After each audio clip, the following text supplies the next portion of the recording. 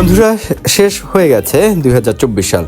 প্রতি বছরের মতো 2024-এও অসংখ্য চলচ্চিত্র মুক্তি পেয়েছে ভারতে। বিশ্বের অন্যতম বৃহৎ জনপ্রিয় বিনোদন ইন্ডাস্ট্রি বলিউড ও ভারতের দক্ষিণী সিনে ইন্ডাস্ট্রিগুলো এবছর ব্যবসা সফল সিনেমার বেশ বিরাট তালিকা বহন করেছে। এবছর প্রত্যাশিত অনেক চলচ্চিত্রে যেমন বক্স অফিসে জাদু চালাতে পারেনি, তেমনি বহু চলচ্চিত্র প্রত্যাশা ছাপিয়ে বক্স অফিস কাঁপিয়েছে, যার মধ্যে অন্যতম আল্লু অর্জুনের পুষ্পা 2। ভারতের বক্স অফিস সূত্রে ও IMDb রিপোর্ট অনুসারে 2024 সালের আয়ের তালিকা কোন কোন চলচ্চিত্র ভারতকে এনে দিয়েছে আর্থিক সাফল্য। সবচেয়ে বেশি আয় করা 5টি চলচ্চিত্র নিয়ে কথা বলবো আজকে। তো চলুন বন্ধুরা, শুরু করি আজকের ভিডিও। Pushpa 2 the rule. বছরের অন্যতম সফল ভারতীয় সিনেমার তালিকায় পুষ্পা 2 দ্য রুল আছে সবার উপরে। লাল চন্দনের স্মাগলিং এর গল্পে নির্মিত পুষ্পা যাত্রার পরেই আরো বেশি ধামাকাদার প্রমাণিত হয়েছে বক্স অফিসে।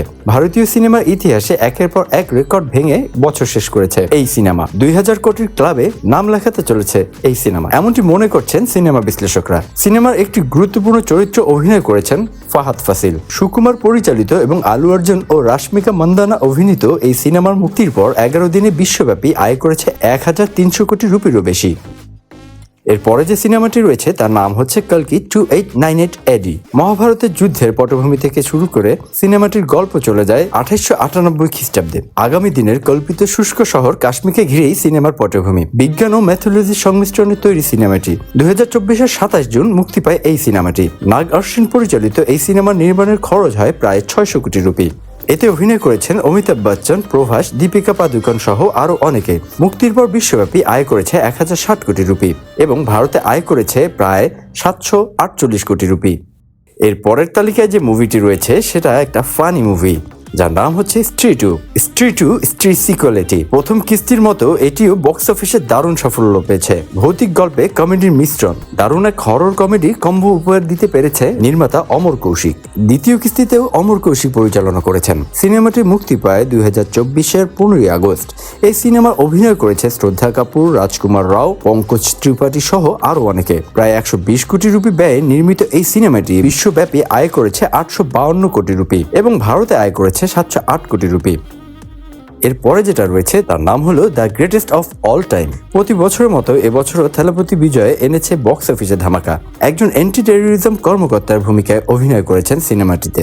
ভেক্টর প্রভু পরিচালিত সিনেমাটি মুক্তি পায় 2024-এর 5 সেপ্টেম্বর। এতে আরো অভিনয় করেছেন প্রভুদেবা, প্রশান্ত, স্নেহা, মোহন সহ আরো অনেকে। 400 কোটি রুপি ব্যয়ে নির্মিত সারা জাগানো এই সিনেমাটি বিশ্বব্যাপী আয় করেছে 452 কোটি রুপি এবং ভারতে আয় করেছে 294 কোটি রুপি।